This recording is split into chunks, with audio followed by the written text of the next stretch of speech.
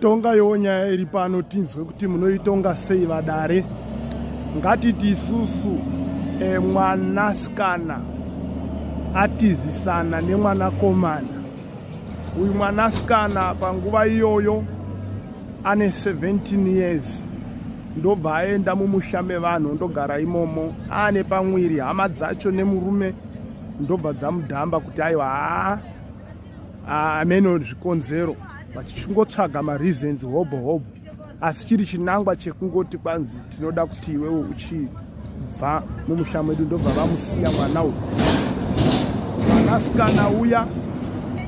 Mwanasikana uya paakatiziswa aigara namai vake.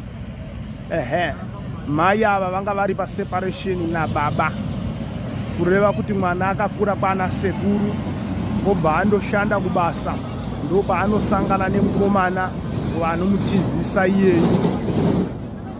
Kunova kwaakazodhambiwa uku handitika.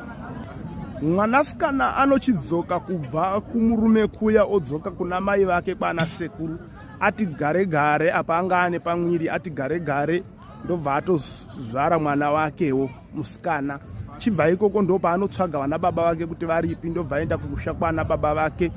Osvika kumusha kwana baba vake kuya, baba vacho ndo kusimudza foni vachizama kufonera mukwasha uya akadhamba mwana kuti uya titaurirane tigadzirisane kuitira kuti imba yemwana imire, mugare zvakanaka nemukadzi wako.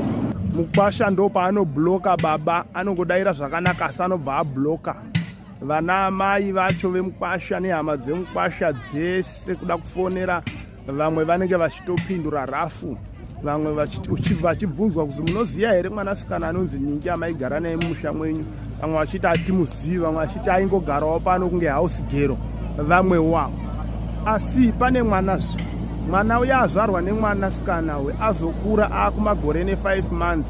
Mukomana uya muridzi wemwana ndo paanofona achiti kumwana ngatiitei dhiri, handisida kutaura nevabereki vako, handisida kutaura nehama dzako, asi ndoda mwana wangu, ndoda kuti iwewe uye chero tosangana murodhi, chero pasango, ndokupa chero $200 or $150 or $100 yekungokupa wondipa mwana ndochengeta inini nehama dzangu.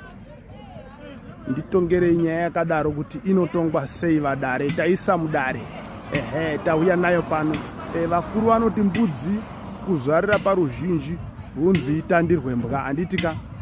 Saka ndauyisa nyaya iyoyi mudare kuti timboidzeya, timboikurukura, tipanane mazano, tipanane muono kuti tingaitonga sei. Toziva kuti